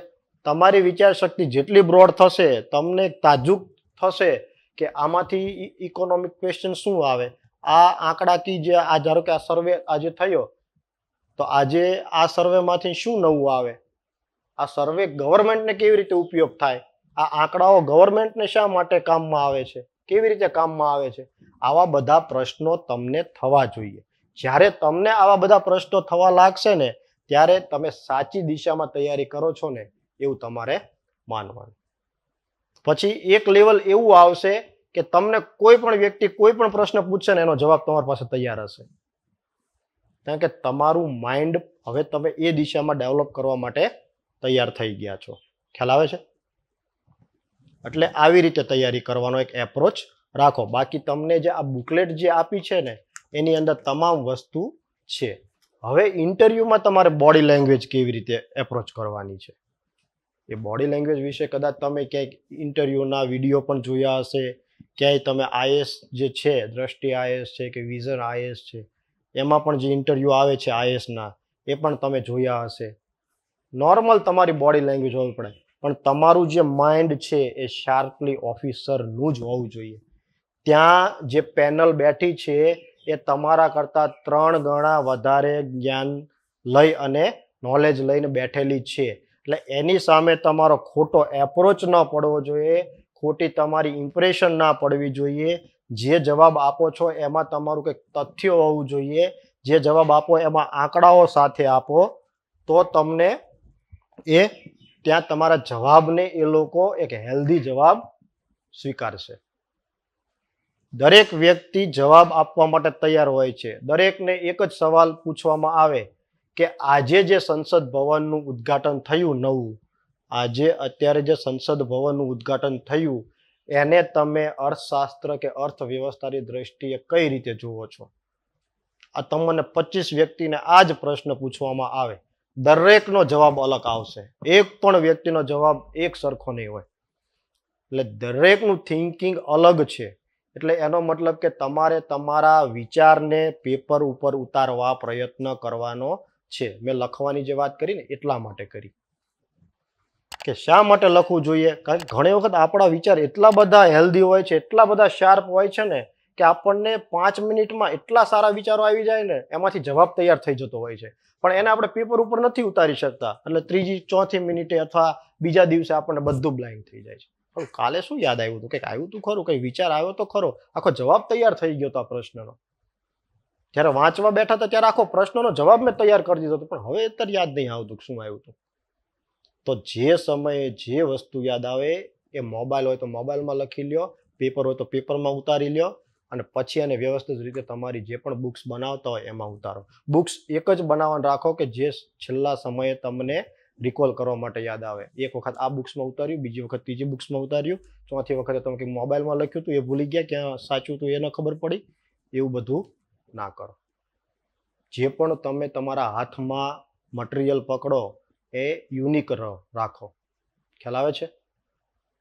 તૈયારીનો વે એ રીતે રાખો કે ક્યાંય તમે તમારા પોતાના વિચારોને ડાયવર્ટેશન ના આપો. એક સ્થિર વિચાર રાખો. જો એક વિચાર આ 40 દિવસ કે 45 દિવસ સુધી રાખશો ને તો પછી એક જ ટાર્ગેટ તમારે અચીવ જે કરવાનો છે એ આરામથી થઈ જશે. એના માટે તમને અત્યારે જે મગજ ઉપર હાવી વિચારો થતા હોય ને એ બધા છોડી દો. પોઝિટિવિટી કઈ રીતે લાવવી? તમને બીજો પ્રશ્ન પણ એવો થતો હોય કે પોઝિટિવિટી સાહેબ નથી આવતી. જ્યારે વાંચવા બેસીએ ને ત્યારે નકરા નેગેટિવ વિચાર જ આવે છે, બહુ નેગેટિવ વિચાર આવે છે, એની સામે પોઝિટિવિટી આવતી જ નથી. તો તમને પહેલા એ વિચાર 2 દિવસ કે 1 દિવસમાં એ મનોમંથન કરો કે તમને શું ગમે છે, તમને શું ગમે છે, કયું વાતાવરણ ગમે છે, કેવું મટીરિયલ વાંચવું ગમે છે, જાતે લખેલું ગમે છે કે પ્રિન્ટેડ ગમે છે. આ તમામ વસ્તુઓ તમે તમારી રીતે આઈડેન્ટિફિકેશન કરો. એક વસ્તુ આઈડેન્ટિફિકેશન થાય, ઓકે મને આ વાતાવરણ ગમે છે, 45 દિવસ એ વાતાવરણમાં ચાલ્યા જાઓ. ઘર છોડવું પડે છોડી દો. તમને એમ થાય જંગલમાં બેસીને વાંચવાનું સારું ફાવે છે તો એ કરો. તમને જે વાતાવરણ સુટેબલ તમારા મગજને આવે છે એ તમે અત્યારથી ફોલો કરો. ઇટ મીન્સ કે તમને એમ ઘણી વખત એવું થતું હોય મને એકલો અટુલો રૂમ હોય ને, મને એમાં પૂરી દેવામાં આવે ને તો મને ખૂબ વાંચન કરવાની મજા આવે, તો એ કરો. મિત્રો સાથે વાત કરવાથી મને વધારે વાત યાદ રહે છે, તો મિત્રો સાથે એક ગ્રુપ બનાવી અને વાંચન શરૂ કરો, ડિસ્કશન કરો. પોસિબલ નથી તો એકેડમીને કહો કે અમે 5 કે 7 વ્યક્તિ આ ડિસ્કશન કરવા માંગીએ છીએ, ગ્રુપ ડિસ્કશન, તો અમને એક પ્લેટફોર્મ આપો. ખ્યાલ આવે છે? તમે બધા ગાંધીનગરમાં જ રહેતા હશો એવું પોસિબલ લગભગ મારા ખ્યાલથી નથી. કોઈ દૂર દૂરથી આવતા હશો. તો તમે જે વાતાવરણમાં વાંચવા માટે સુટેબલ છો એ રીતે કરો. મને લેપટોપમાં જ વાંચવું ગમે છે તો લેપટોપમાં જ વાંચો. તમને તમારું જે લુક છે, તમારું જે ગમતી ન ગમતી વસ્તુ છે એનું એક લિસ્ટ પહેલા બનાવી નાખો. ન ગમતી વસ્તુ આ 45 દિવસ દરમિયાન હું નહીં કરું, એક કટિબદ્ધ થઈ જાઓ, સાઈડમાં કરી દો એ વસ્તુને. લિસ્ટ બનાવો પહેલા. આઈડેન્ટિફિકેશન તો કરવી જ પડશે, કારણ કે જ્યારે વાંચવા બેસો ને ત્યારે એ ન ગમતી વસ્તુ જ તમે કરશો પહેલી. એટલે લિસ્ટ બનાવો. એક દિવસ એના માટે જ આપો મનોમંથન કરવા, મને શું ગમે છે શું નથી ગમતું. કારણ કે આ પાયો છે. જ્યારે તમને ગમતી વસ્તુ કરો ને ત્યારે તમને ટાર્ગેટ ઇઝી લાગે. ખ્યાલ આવે છે? એટલે તમારી અંદર બીજી વાત એ છે કે બીજો પ્રશ્ન એક ઇન્ટરવ્યુમાં કોમન એ આવતો હોય છે કે તમારા સારા પાસા જણાવો અને તમારા નબળા પાસા જણાવો. દરેક વ્યક્તિને ખબર જ હોય છે, મારી વીકનેસ મને ખબર જ હોય છે. કોઈ વ્યક્તિ અત્યારે જો હાથ ઊંચો કરીને કહેતો હોય કે મને સર મારી વીકનેસ અને મારી જે સ્ટ્રેન્થ છે એ આઈડેન્ટિફિકેશન કરતા આવડતું નથી, તો કેવી રીતે કરવી છે? કોઈ વ્યક્તિ અત્યારે આ 25-27 વ્યક્તિ બેઠા છે, એમાં કોઈ વ્યક્તિને તમારા પોતાની વીકનેસ અને તમારી પોતાની સ્ટ્રેન્થને આઈડેન્ટિફિકેશન કરતા ન આવડતું હોય તો એવા કોઈ વ્યક્તિ હોય તો મને કહો કે સર હું ઇઝીલી મારી જે પોતાની વીકનેસ છે ને એને આઈડેન્ટિફિકેશન નથી કરી શકતો, વ્યક્તિત્વને હું બહાર જોઈ નથી શકતો. કારણ કે દરેક વ્યક્તિનો અરીસો તમે પોતે જ છો અને એ તમારે શોધવાની જ છે. પ્રશ્ન આવવાનો જ છે, પૂછવાના જ છે પેનલ વાળા કે તમારી વીકનેસ કહો. કારણ કે સરકારમાં એવા વ્યક્તિની જરૂર છે કે જે 90% એક આઈડિયલ પરિસ્થિતિને ફોલો કરી શકતો હોય. 10% તો કોઈ પણ વ્યક્તિ ખરાબ હોવાના જ છીએ, એનામાં એ ગુણ નગુણ રહેવાના જ છે. આજે હું છું તો મારામાં 10% વીકનેસ તો રહેવાની જ છે, પણ જે સામેની બાજુ 90% જે છે ને એને રિફ્લેક્શન આપણે ત્યાં ઇન્ટરવ્યુમાં કરવાનું છે. અને એના માટે થઈ તમારે તમારું સ્ટ્રેન્થ જે છે એનું લિસ્ટ બનાવવું પડશે અને બીજી બાજુ તમારે વીકનેસનું લિસ્ટ બનાવવું પડશે. પછી તમને બીજો પ્રશ્ન થાય કે સર મારે વીકનેસ મને પૂછી લે, હું ત્યાં જવાબ પણ આપી દઉં, તમારે વીકનેસનો જવાબ કેવી રીતે તૈયાર કરવો? એના માટે તમે એક્સપર્ટની સલાહ લ્યો. સર છે અમારા જેવા છે એની સલાહ લ્યો કે સર હવે આ વીકનેસને મારે ત્યાં એક રીતે ડિસ્ક્રાઇબ કરવી છે તો મને એક જવાબ તૈયાર કરીને આપો ને. તો એ વ્યક્તિ તમારી એ જે વીકનેસ છે ને એને ત્યાં કઈ રીતે રિપ્રેઝન્ટ કરવી, કેવા શબ્દોમાં રિપ્રેઝન્ટ કરવી એ તમને શીખવશે. એનું એક હું ઉદાહરણ આપું, એનું તમને ઉદાહરણ આપું કે વીકનેસને આપણે કઈ રીતે ત્યાં ઓપોર્ચ્યુનિટીમાં બતાવવાની છે ઇન્ટરવ્યુમાં. એનું એક ઉદાહરણ આપું તમને, તમારા વિચાર છે ને એક વિઝન વધારે ક્લિયર થશે, તમારા જે વીકનેસના જે વિઝન છે ને એ ક્લિયર થશે. તમને એક પ્રશ્ન એવો પૂછો કે તમારી નબળાઈ તમે બતાવો, એટલે હું એઝ અ કેન્ડિડેટ પેનલ સામે બોલ્યો કે સર મારી વીકનેસ એ સ્ટેજ પરફોર્મન્સમાં વીક છે. જ્યારે સ્ટેજ પરફોર્મન્સ કરવાનો આવે, જ્યારે વક્તવ્ય આપવાનું આવે, જ્યારે પ્રવક્તા તરીકે સ્ટેજ ઉપર ઊભું થવાનું થાય, જ્યારે કોઈ પ્રોજેક્ટ કે પીપીટી કરવા માટે સ્ટેજ ઉપર 50-100 વ્યક્તિ સામે ઊભું કરવાનું થાય, ત્યારે મને એના આગળના દિવસોમાં એક સતત ચિંતા સતાવી રહી હોય છે કે હું ત્યાં સ્ટેજ ઉપર જ્યારે પરફોર્મ કરવા જઈશ ત્યારે કેવા હાલ થશે, કેવી પરિસ્થિતિ ઊભી થશે, હું શું બોલીશ, સામેવાળા વ્યક્તિ શું અપેક્ષા રાખતા હશે મારી પાસેથી, એવું મને એક સતત ડર સતાવી રહેતો હોય છે. આ મારી વીકનેસ છે, આ વીકનેસ કહેવાય ને.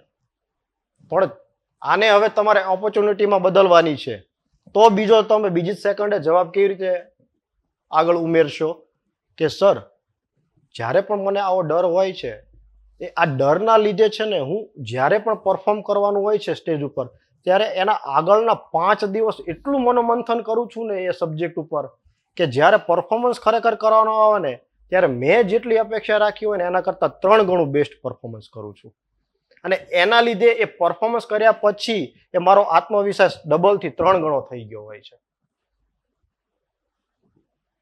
હવે તમે તમારી વીકનેસ જણાવી ને પેનલને, પણ બીજી બાજુ તમે શું તમારે આમાં તમે સ્ટ્રેન્થ બતાવી કે એ વીકનેસને દૂર કરવા માટે હું શું કરું છું, મનોમંથન કરું છું અને એ મનોમંથનના અંતે હું એ મારી વીકનેસને સ્ટ્રેન્થમાં કન્વર્ટ કરી શકું છું.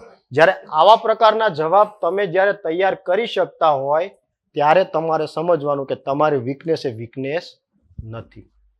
એટલે તમારે તમારી વીકનેસને આઈડેન્ટિફિકેશન કરવાની છે, એ જવાબ તમારે જ તમારા પેપર ઉપર ઢાળવાનો છે અને એમાં પછી એક્સપર્ટાઇઝની જરૂર પડે ત્યારે તમારે એમની પાસેથી એ વધારે શાર્પ જવાબ તૈયાર કરવા માટે મદદ લેવાની છે.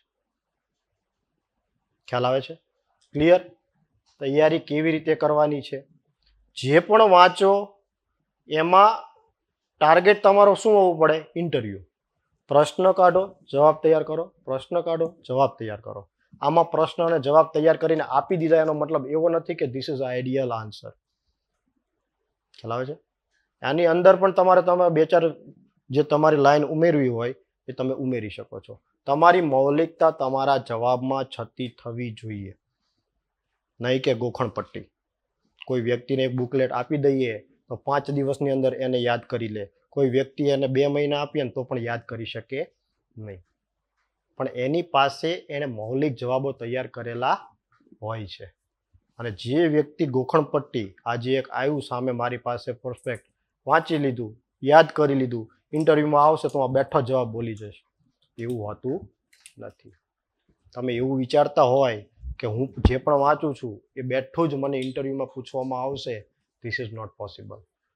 ઇન્ટરવ્યુ એ તમને તમારા વાંચન શું કરેલું છે અને એ વાંચનના આધારે તમે કેવા જવાબો તમારા મગજમાં તૈયાર કર્યા છે એના માટે નથી. તમારા વ્યક્તિત્વને માપવા માટેનું ઇન્ટરવ્યુ હોય છે. તમારા વ્યક્તિત્વમાં તમારામાં કેટલી કેપેબિલિટી છે, સરકાર વતી તમે કેવા એપ્રોચથી કામ કરો છો એના માટે ઇન્ટરવ્યુ હોય છે. એટલે તમે અત્યારે તમારા જેટલા પણ ઇન્ટરવ્યુ બાબતના જે કોન્સેપ્ટ છે ને એને ક્લિયર કરી લો. અત્યારે ન થાય તો એની ટાઈમ તમે લખી અને શેર કરી દો, તો સામેવાળી વ્યક્તિ પેનલ એ તમારા જે પણ કોન્સેપ્ટ છે એને ક્લિયર કરી દેશે. કેવી રીતે બેસવું, કેવી રીતે તમારા બોડી લેંગ્વેજ આપવી, કેવી રીતે તમારે તમારા કપડાઓ પહેરવા, એ બધા જ તમારા જે ડાઉટ્સ હોય એ બધા જ ક્લિયર કરી લો ઇન્ટરવ્યૂ પહેલાં. એક પણ બાબત એવી ના હોવી પડે કે જે તમે ઇન્ટરવ્યૂના આગળના દિવસે તમારા માઇન્ડમાં એક શંકા ઊભી કરે. નેગેટિવિટી પહેલાં છોડો, વીકનેસનું લિસ્ટ બનાવો, સ્ટ્રેન્થનું નહીં બનાવો ચાલશે. ત્યાં વીકનેસ તમારી છતી ના થવી જોઈએ. છતી થાય તો એને કેવી રીતે તમે સ્ટ્રેન્થમાં કન્વર્ટ કરો છો એ તમે શીખો, એ તમારા વિચારમાં લાવો. એટલે આ પહેલો જ શબ્દ કીધેલો કે સવારે જાગી અને તમે જે એક આશા સાથે વિચાર કરો છો એને સાંજે તમારા એક ઓફિસરના મગજ તરીકે એક અપેક્ષિત કરો, પૂરું કરો. ક્લિયર? વધારે આપણે સમય ન લેતા, કારણ કે સમય આપણી પાસે અત્યારે મર્યાદિત છે. આપણે હરદત્ત સરને પણ વિનંતી કરીએ કે બીજા આગળના જે કોન્સેપ્ટ છે આપણે ઇન્ટરવ્યુને લગતા એ સર ક્લિયર કરે. હરદત્ત સર. હવે આમાંથી જેમ મેહુલ સરે વાત કરી કે કેટલાક મિત્રો ઓલરેડી સરકારમાં છે, બરાબર? કોણ કોણ હતા? જી. અને મિત્રો ક્યાં કઈ કઈ જગ્યાએ કામ કરો છો આપ? પોલીસમાં એટલે કઈ જગ્યાએ? જી, ટ્રેનિંગમાં છો આપ? કૃષિ ભવનમાં. જી. તો હવે બધા અલગ અલગ વિભાગમાં કામ કરે છે, બરાબર? તો આપણે સૌથી પહેલા શું કરવાનું છે કે જે પોસ્ટ માટે જઈ રહ્યા છે તો એનું એક સરકારી એક આખું માળખું સમજી લેવાનું છે કે સરકારમાં 26 વિભાગો છે. 26 વિભાગોમાં જે એની વડી કચેરીઓ છે એ ક્યાં બેસે છે, જેમ કે પોલીસ ભવન છે તો એની હેડ ઓફિસ ક્યાં છે, કૃષિ ભવનની હેડ ઓફિસ, એનું ડિપાર્ટમેન્ટ ક્યાં છે, ડિપાર્ટમેન્ટ અને હેડ ઓફિસ વચ્ચેનું અંતર, જિલ્લા કચેરીઓ વચ્ચેનું અંતર, એ આપણને ક્લિયર હોવું જોઈએ.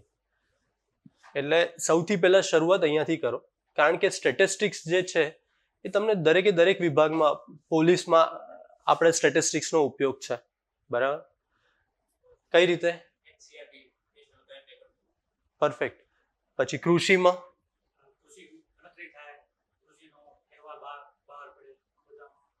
જી, એટલે દરેકના રિપોર્ટ્સ એક તૈયાર થતા હોય છે.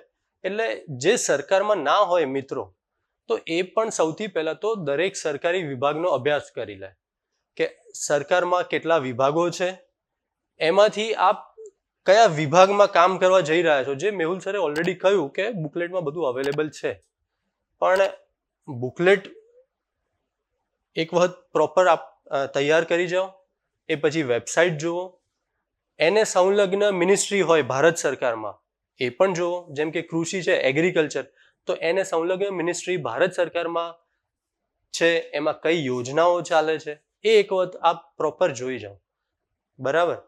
સૌથી પહેલું કામ આપણું આ હશે. નેક્સ્ટ, આપણે કયા વિભાગમાં કામ કરવા જઈ રહ્યા છે. સરકારમાં 26 વિભાગ છે, તો 26માંથી અત્યારે આપ રિસર્ચ ઓફિસર માટે અહીંયા આવ્યા છો. તો રિસર્ચ ઓફિસર કયા વિભાગમાં આવે છે? જીએડીમાં આવે છે. જીએડીમાં એનું કેટલું મહેકમ હોય છે બધું વેબસાઇટ પર અવેલેબલ છે. એની હેડ ઓફિસ ક્યાં છે, આંકડા બ્યુરો તરીકે, બરાબર. જિલ્લા કચેરીઓમાં એની જગ્યાઓ કઈ કઈ જગ્યાએ છે, જેમ કે પંચાયતમાં છે, કલેક્ટર ઓફિસમાં છે. તો એ એક માળખું આપણે ઓલરેડી બધી વેબસાઇટ્સ પર અવેલેબલ છે, પણ એ એંગલથી તૈયારી કરી છે. એટલે હેડ ઓફિસ વિભાગ આવ્યો. સૌથી પહેલા તો આપણે મિનિસ્ટ્રી આવી, બરાબર ને. મિનિસ્ટ્રીમાં પણ મોસ્પી, જે સાહેબે કહ્યું, મોસ્પી સિવાય પણ જેમ કે આપ એગ્રીકલ્ચરમાંથી આવ્યા છો, તો આપને મિનિસ્ટ્રી ઓફ એગ્રીકલ્ચરનું પણ થોડું સ્ટડી કરી લેવું પડે. એને સંલગ્ન યોજનાઓ છે એ પણ જોઈ લેવી પડે. અને એને જે ન્યૂઝપેપરમાં અત્યારે રિસન્ટ ડેવલપમેન્ટ થયું હોય એ પણ જોઈ લેવું પડે, બરાબર. એ પછી આપણે સ્ટેટ એટલે કે રાજ્ય લેવલે કેટલા વિભાગો, એમાં આપણો વિભાગ, આપણા વિભાગમાં પાછી જિલ્લા કચેરીઓ, બરાબર, પંચાયત ઓફિસમાં છે, કલેક્ટર ઓફિસમાં છે, અને એમાં આપણું સ્થાન ક્યાં છે એઝ અ રિસર્ચ ઓફિસર, બરાબર. એ બધો ખ્યાલ રાખીને આપ પછી તૈયારી શરૂ કરો. આટલું તો બેસિક ઇન્ફોર્મેશન કહેવાય જે આપને ખ્યાલ હોવો જોઈએ એઝ અ રિસર્ચ ઓફિસર. એ પછી આપ દરેક વિભાગની કોઈને કોઈ યોજનાઓ, જરૂરી નથી કે જેમ કે આપ એગ્રીકલ્ચરમાંથી આવો છો તો આપને WCDની યોજના વિશે ખ્યાલ ના પણ હોય, પણ આપને એગ્રીકલ્ચરની યોજના તો દરેકે દરેક ખ્યાલ હોવી જોઈએ. અને એમાં આપ સ્ટેટિસ્ટિશિયન તરીકે આપનો રોલ શું રહેશે જો આપને આરઓ બનાવવામાં આવે, તો એ પણ આપને ખ્યાલ હોવો જોઈએ, બરાબર. એજ્યુકેશનમાંથી કોઈ અગર આવે છે તો એને એજ્યુકેશનની યોજનાઓ, for example mid day meal છે, તો એમાં રિસન્ટ ડેવલપમેન્ટ છે કે PM પોષણ એનું નામાકરણ થઈ ગયું છે, તો આપણને એટલું તો ખ્યાલ હોવું જોઈએ.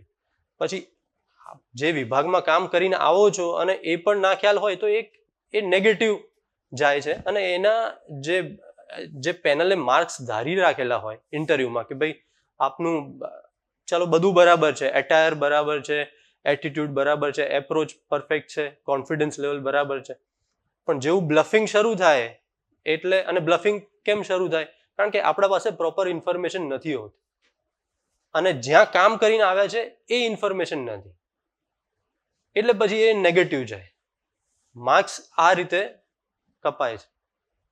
એટલે આ જે બેસિક ઇન્ફોર્મેશન છે એ તો આપણે તૈયાર કરી જ લેવી પડે.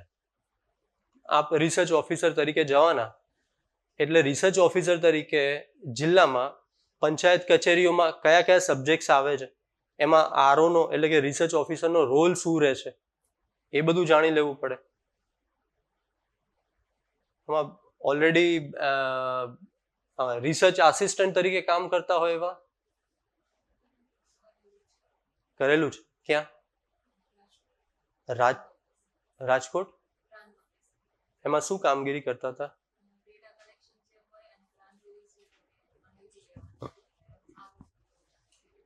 જી. હવે આપ ધારો કે રિસર્ચ ઓફિસર તરીકે જાઓ છો, તો રિસર્ચ ઓફિસર તરીકે ફક્ત ડેટા કલેક્શન એ મગજમાં ના હોવું જોઈએ. ડેટા કલેક્શન ઉપરાંત આપ કઈ રીતે સારા રિપોર્ટ્સ જે આપના હાયર ઓથોરિટીને આપ સબમિટ કરી શકો કે આપી શકો, અને એના આધારે આપ કઈ રીતે જે ઓવરઓલ ડિસિઝન મેકિંગ છે એમાં ફાયદારૂપ થઈ શકો. એટલે આપની ઉપયોગિતા પણ ત્યાં સાબિત કરવી પડશે. આપને રિસર્ચ ઓફિસર તરીકે લે તો ફક્ત આપ ડેટા કલેક્શન કરશો એટલે એ જવાબ બિલકુલ નથી, કારણ કે હવે બધું ડિજિટાઇઝેશનનો સમય છે. જો રિસર્ચ ઓફિસર ના હોય તો પણ ઓટોમેટિક પ્રોગ્રામિંગના મારફતે એ લોકો ડેટા કલેક્ટ થઈ શકે છે. અને દરેકને પોતાનું ડેટાબેઝ છે, હોમ, એગ્રીકલ્ચર, એજ્યુકેશન, ઇન્ડસ્ટ્રી, બરાબર, વિમેન એન્ડ ચાઇલ્ડ, દરેકનો પોતાનો ડેટાબેઝ છે. એ લોકો સીધી ડેટા એન્ટ્રી કરે છે, એમના પોતાના અધિકારીઓ છે. તો પછી રિસર્ચ ઓફિસરની જરૂરિયાત કેમ છે? એટલે એ આપે એક ઉપયોગિતા સાબિત કરવી પડશે. નોટ ઓનલી ડેટા કલેક્શન, પણ ડેટા એનાલિટિક્સ ઉપર પણ આપે ફોકસ કરીને એના જે રિપોર્ટ્સ છે એમાં કઈ રીતે ઉપયોગી થાય, ડેટા એનાલિટિક્સ કઈ રીતે કરી શકાય. કારણ કે આપના બધાનો સબ્જેક્ટ સ્ટેટિસ્ટિક્સ, ઇકોનોમિક્સ, મેથેમેટિક્સ હશે, તેમાં ડેટા એનાલિટિક્સમાં નવું ડેવલપમેન્ટ, નવા ટૂલ્સ, એ બધું પણ થોડું જોઈ લેવું પડશે.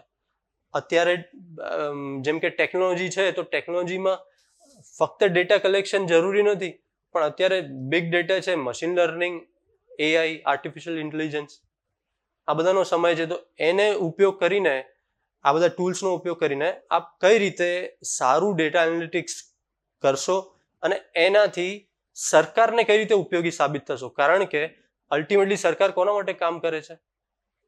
નાગરિકો માટે. તો આપણો ડાયરેક્ટ રોલ હોય કે ના હોય, પણ ઇનડાયરેક્ટ રોલ તો છે જ. બરાબર? એટલે આ એંગલથી આપ થોડી તૈયારી કરજો કે જેથી કરીને આપણે થોડું હેલ્પફુલ રહે. અધરવાઇઝ બધું મટીરિયલ છે, સાહેબે આ બુકલેટ પણ આપી છે, વેબસાઇટ્સ છે, એ બધી જોઈ લેજો, પણ એક એંગલ થોડો ક્લિયર રાખજો. બરાબર?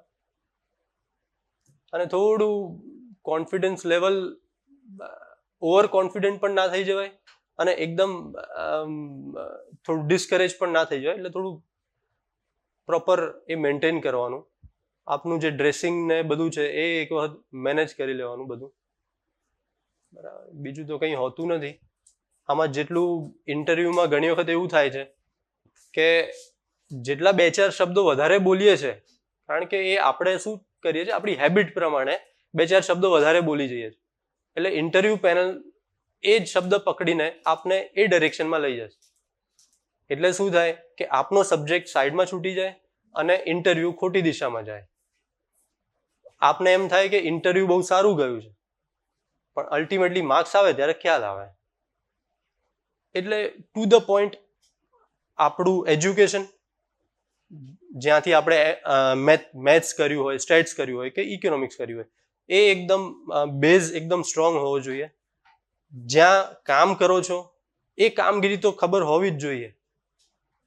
પછી એમ ના થાય કે એનસીઆરબી ના ડેટા ક્યાંથી આવે છે એ પણ મને ખબર ના હોય, કે એનસીઆરબી ના ડેટામાં કયા કયા પેરામીટર્સ છે એ પણ મને ખ્યાલ ના હોય, તો એ એક તમારું નેગેટિવ જાય છે.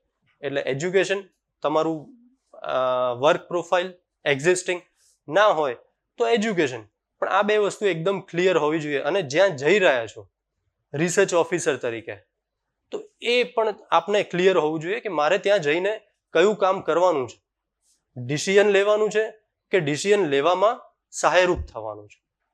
આ બધા એંગલ્સ ક્લિયર હોવા જોઈએ. બાકી કંઈ કન્ફ્યુઝન હોય તો જણાવજો. અને સરકારી માળખું આખું તૈયાર કરી લેજો ખાસ.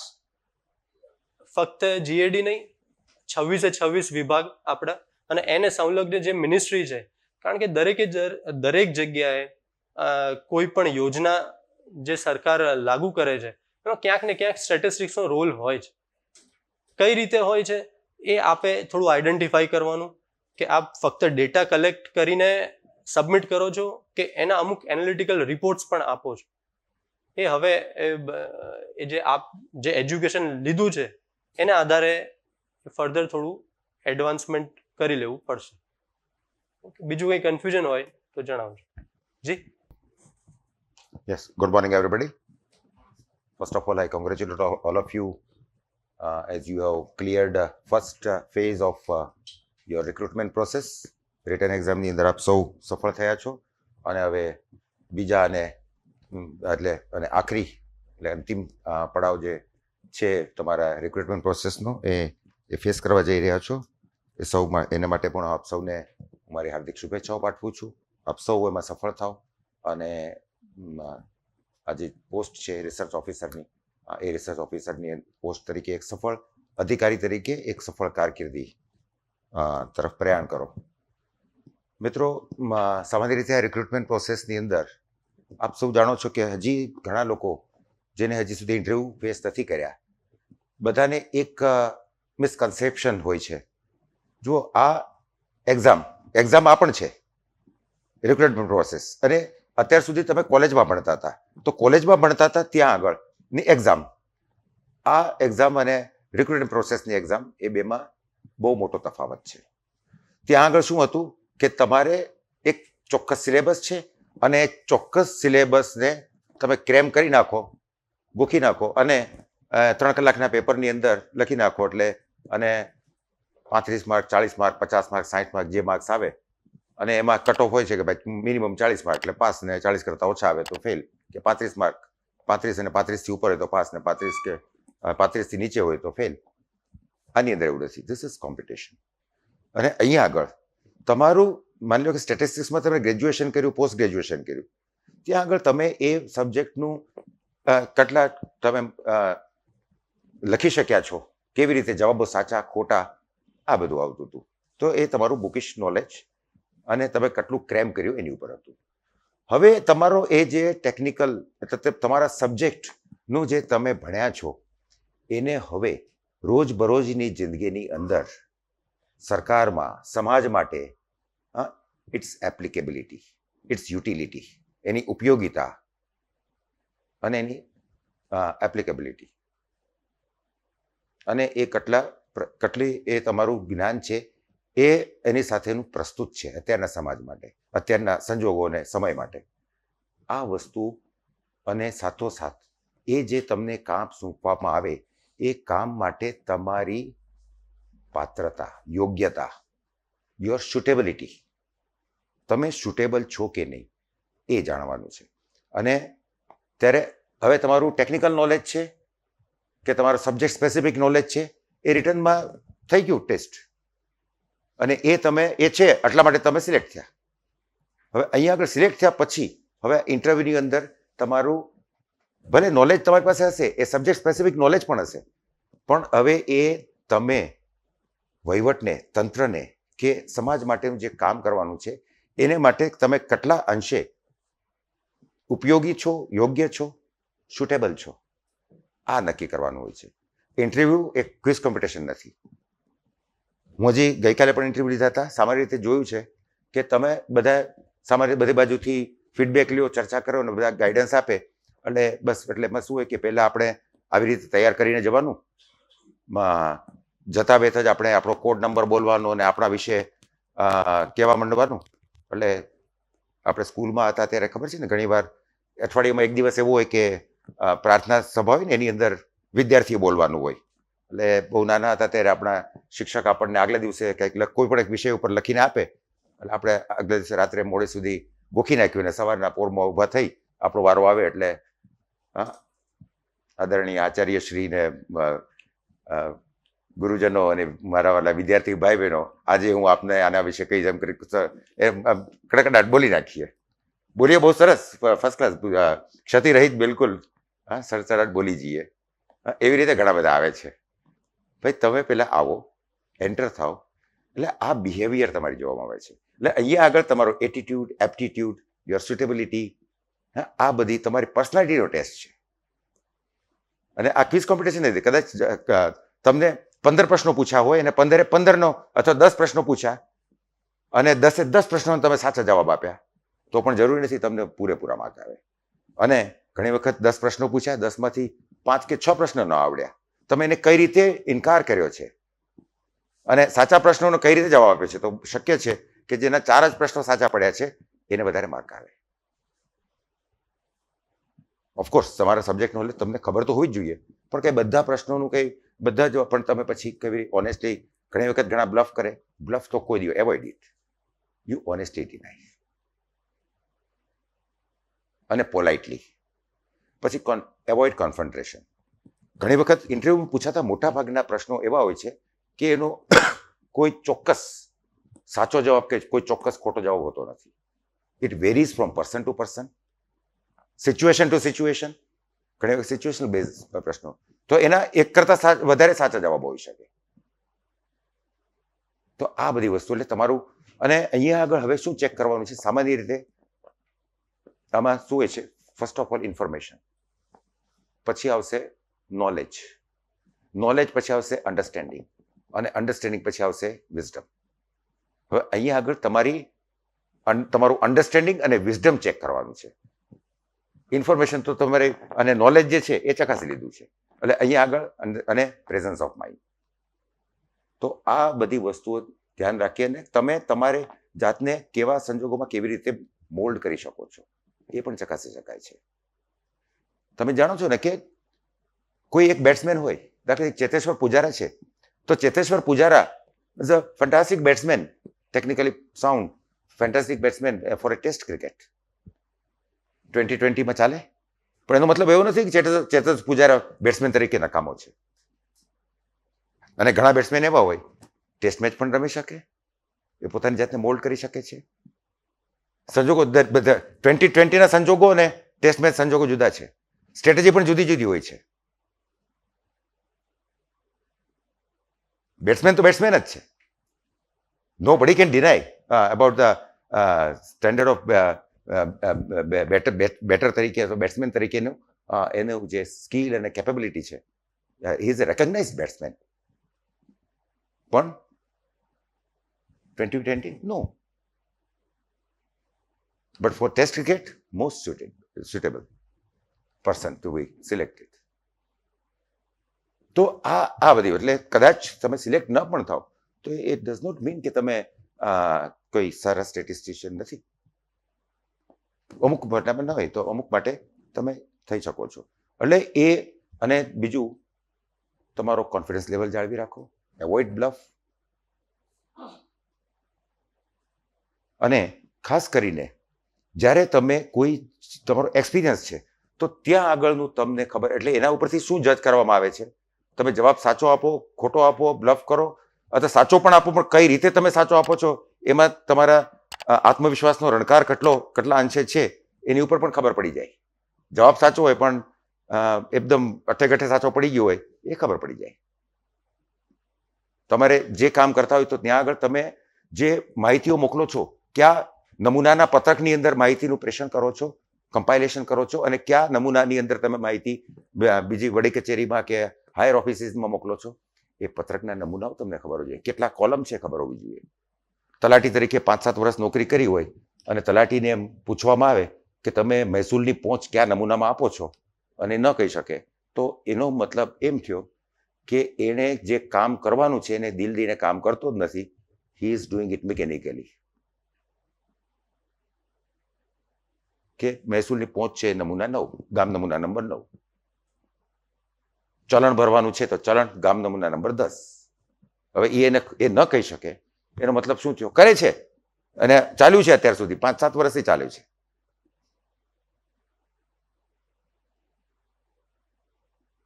હવે જન્મ મરણની બાબત આવી તો એની અંદર કયા નમૂનામાં તમે માહિતી જિલ્લા કચેરીએ મોકલો છો, એ બધા નમૂનાઓ આપેલા જ છે, નિયમોથી ઠરાવેલા નમૂનાઓ છે. તો એ બધા નમૂનાઓ જે તમે કામ કરતા હોય ને આગળ દરેક જગ્યાએ, કારણ કે તમારું મેઇન કામ જુદા જુદા પ્રકારના પત્રકો, નમૂનાઓના પત્રકો જ છે. તો એ જ્યાં આગળ નિયમોથી કે ચોક્કસ રીતે ઠરાવેલા હોય, અને તો એ તો તમને ખબર હોવી જોઈએ એમાં કેટલા કોલમ આવે છે, શું એમાં માહિતી હોવી જોઈએ. તો એ કરો છો અને એ જવાબ આપી શકો. કઈ રીતે આપો છો એની ઉપર ખબર પડે કે તમે કરવાનું થતું કામ ખાલી જગ્યા મિકેનિકલી નથી કરતા, પણ તમે એ સમજી અને કરો છો. Isn't it? એટલે આ તમારે ખાસ યાદ રાખવાનું, ખાસ કરીને તમારા માટે બહુ જરૂરી છે. તો મિત્રો આશા રાખું છું કે આપ સૌ સારી રીતે અત્યારે મોક ઇન્ટરવ્યુને કારણે થઈ, અને જો મોક ઇન્ટરવ્યુની અંદર કદાચ અમે તમને ડિસ્કરેજ નથી કરતા, પણ વધારે થોડુંક સ્ટ્રિક્ટ એટલા માટે રહીએ છીએ કે જેથી કરીને તમને તમારી ખામીઓ જે છે ખબર પડે. હજી ઘણો સમય છે, સમય ન હોય ને તો પછી તમને પણ હજી પછી ઘણો સમય છે, મહિના દિવસમાં તમે એ ખામીઓ તમે કરેક્ટ કરી શકશો. એટલા માટે તમારી મેક્સિમમ ઓલી વસ્તુ બતાવી દઈએ તો એ તમને ફાયદો છે. એનાથી ડિસ્કરેજ થવાની કોઈ જરૂર નથી મિત્રો. Okay, thank you. Good morning. ઠીક છે, બધા સાહેબોએ તમને ઘણું સરસ માર્ગદર્શન આપી દીધું અને લગભગ મોટાભાગની બાબતો આવી ગઈ છે. દાખલા તરીકે મેહુલભાઈએ તમને કહ્યું કે તમારી વીકનેસ જે છે એને તમારે કેવી રીતે ઓવરકમ કરીને તમે સ્ટ્રેન્થમાં ફેરવશો. પારેખ સાહેબે કહ્યું કે પ્રેઝન્સ ઓફ માઇન્ડ અને વિઝડમની ચકાસણી કરીએ છીએ. જાડેજા સાહેબે પણ તમને આ બધી બાબતો કે તમારું નોલેજ અને એની જાણકારી. હું તમને એક નાનકડી વાર્તા કહી દઉં,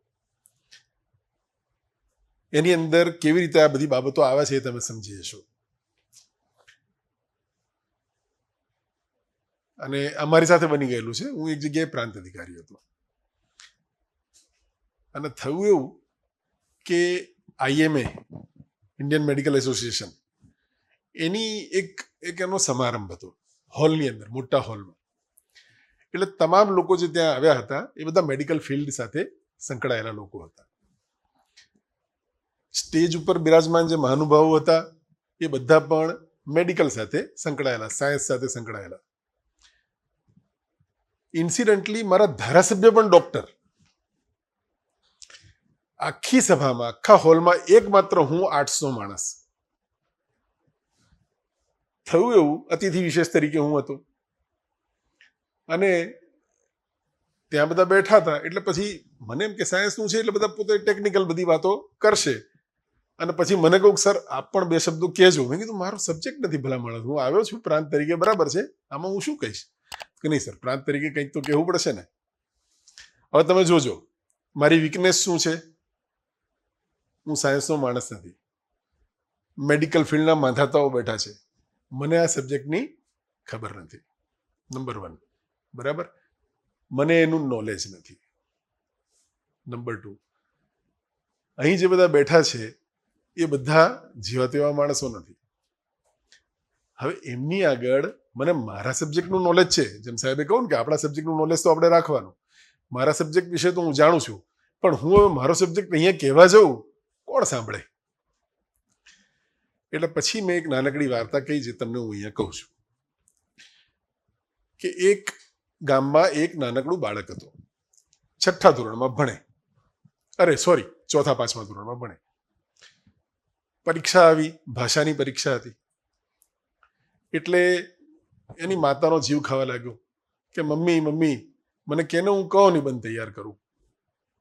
હવે મમ્મી ઘરના કામકાજમાં, ખેડૂતનું ઘર, દોડાદોડી કરે, એને રસોઈ કરવાની, એને ઢોર ઠાકર હાંચવાના, ખેતીનું કામ. એટલે પેલો સાડીનો પાલો પાછળ પકડીને ફર્યા કરે, મમ્મી કેને કહો નિબંધ કરું, મમ્મી કેને કહો નિબંધ કરું. એટલે પછી એની મમ્મીએ કહ્યું એક કામ કર, એ દૂધ દોતી હતી, એણે કહ્યું તું ગાયનો નિબંધ તૈયાર કરી નાખ. તો ગાયનો નિબંધ કેવી રીતે? તો કે જો આપણે એવું કહેવાનું કે ગાય એક પાલતુ પ્રાણી છે, આપણે એને ગૌ માતા કહીએ છીએ, એ દૂધ આપે, એ દૂધમાંથી દહીં બને. ગાય ધોળી હોય, એના 2 શીંગડા હોય, એને 4 પગ હોય, એ દૂધ આપે, એમાંથી દહીં બને, એ દહીંનું ઘી બને, ગાયનું દૂધ બહુ સરસ, આપણને પોષણ મળે. આવી બધી એને 5મા ધોરણને લગતી મતલબ આવી 8-10 એને નાના નાના વાક્યો શીખવાડી દીધા. બાળકે કડકડાટ તૈયાર કરી નાખ્યું. બીજા દિવસે પરીક્ષામાં પેપર આવ્યું અને નિબંધ પૂછ્યો નાળિયેરીનો. એણે કયો તૈયાર કર્યો હતો? એ 800 વિદ્યાર્થી હતો અને આવ્યું સાયન્સનું. એટલે છોકરાએ શું કર્યું? થોડુંક તો ખબર હોય ને, ગામડાનો છોકરો એટલે. તો કે નાળિયેરીનું ઝાડ તો મોટું હોય, ઊંચે સુધીનું, એના લાંબા લાંબા પાંદડા હોય, એનું થડ પણ બહુ મજબૂત ને જાડું હોય. એટલું જાડું હોય કે એમાં 3-4 ગાયો બાંધી શકીએ આપણે. અને ગાય તો તમને ખબર છે ને, ગાય તો કેટલું, આપણે ગાય જો બાંધીએ તો પછી તો ગાયનો નિબંધ પૂરો. વીકનેસ હતી, સરખી રીતે એને ટેકલ કરી લીધી. આપણે એમ ના કહીએ કે આ બહુ સરસ રીતે કરી, પણ છતાંય એને વિરોધમાં ના જાય એટલું તો એને કરી લીધું ને, એટલું મેનેજ કરી લીધું ને એને. આ તમારી પાસે અધિકારી તરીકે મેનેજ કરવાની ક્ષમતા જે છે ને, એ અહીંયા માપવાની છે. એટલે આટલું તમે જો કરી શકો, પ્રેઝન્સ ઓફ માઇન્ડ તમારી હોય, આમાં બધું આવી ગયું. તમારું વિઝડમ પણ આમાં આવી ગયું, બરાબર. તમારી વીકનેસને તમે મેનેજ પણ કરી લીધી. તો આ આટલો એક ઉદાહરણ આપવાનું કારણે કે સાવ તમે સોગિયા મોઢા લઈને ઇન્ટરવ્યુમાં નહીં જશો, સ્માઇલિંગ ફેસ સાથે જજો, ડરતા નહીં. અડધું તો છે ને આપણો ખોફ જે હોય છે ને અંદર, એ આપણને મારી નાખે છે. હવે ભાઈ તમારી પાસે અત્યારે ધારો કે તમારામાંથી ઘણા બધા તો નોકરીવાળા છે, એટલે તમે કાંઈ એવા સાવ બેકાર તો છે નહીં, તો શું જતું રહેવાનું છે? જે છે એ તો છે જ તમારી પાસે. હા, તો હવે તમારું કામ શું છે? જે તમને આવડે છે, તમારામાં જે છે એને તમારે રિપ્રેઝેન્ટ કરી દેવાનું છે. બાકીનું કામ પછી તમારા હાથમાં છે નહીં. તો જે તમારા હાથમાં નથી એની ચિંતા તમારે શા માટે કરવી જોઈએ?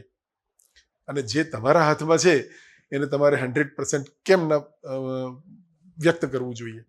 એટલે વિથ અ સ્માઇલિંગ ફેસ સરસ રીતે બેસવું ત્યાં આગળ. કન્ફ્રન્ટેશન જે સાહેબે કહું ને, અમને 1-2 અનુભવો થયા અને અમે કહું પણ ખરું, તમારે કન્ફ્રન્ટેશનના મૂડમાં નહીં આવવાનું. તમારે એ જોઈ લેવાનું કે પેનલમાંથી ક્યાંક આપણું એવું તો નથી થઈ રહ્યું ને કે આપણા જવાબ આપણે આપી રહ્યા છીએ, સામે પેનલમાં કોઈકને થોડોક આમ એવો વિરોધ ભાવ કે ઉગ્રતા જેવું આવે છે અને કન્ફ્રન્ટેશનના મૂડમાં જઈ રહ્યા છે, જેવું એવું જરાક લાગે એટલે તરત શસ્ત્રો મ્યાન કરવા માંડવાના. હા, એટલે આ બધી ટેકનિક્સ છે. તો એ બધું ધ્યાન રાખશો તો સારી રીતે પાર પડી જવાશે. એ ઇન્ટરવ્યુમાં પણ કામ લાગશે, જીવનમાં પણ કામ લાગશે. અસ્તુ. અગાઉ પેશ કરેલા હોય, કોઈ અગાઉ પેશ ન કરેલા હોય, અત્યારે હજી કોઈ ડાઉટ હોય, મેં અગાઉ વાત કરી છે કે તમે જ્યારે તમારી વીકનેસને સ્ટ્રેન્થ અથવા તમારી એબિલિટીને પેપર ઉપર જ્યારે ઢાળવાનો પ્રયત્ન કરશો ને, પછી તમને ખબર પડશે કે હવે મારે એક્સપર્ટ વ્યક્તિને શું પૂછવું.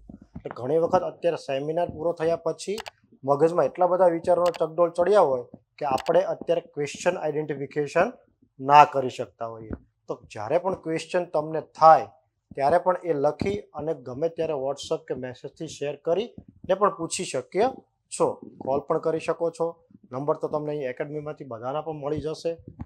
પણ જ્યારે ક્વેશ્ચન થાય ને ત્યારે એનો એક આન્સર મેળવવાનો પ્રયત્ન કરવો.